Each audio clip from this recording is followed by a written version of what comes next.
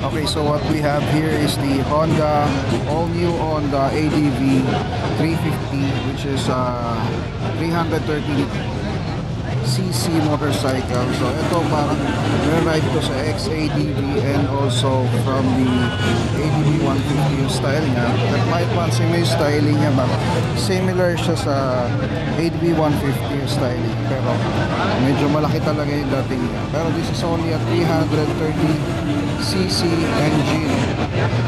Ang ganda ng design niya, pero tingnan mo naman medyo modern ang motor. So talagang hindi mo siya mapagkakailangan. This is an ADV from its design. So ayan yung seat niya. Ganda yung seating niya. Meron mo siyang stitching na design. Ang maganda yung quality ng ng leather seats niya. So keyless switch na siya. Tapos ito yung kanyang panel, which is the all digital na, pero may similarity sa ADV rin na 150. All the other designs ng this motorcycle, nandun yung talagang design and look ng ADV. Napakaganda ng windshield niya mataas. And this is also adjustable. Meron siya adjustable.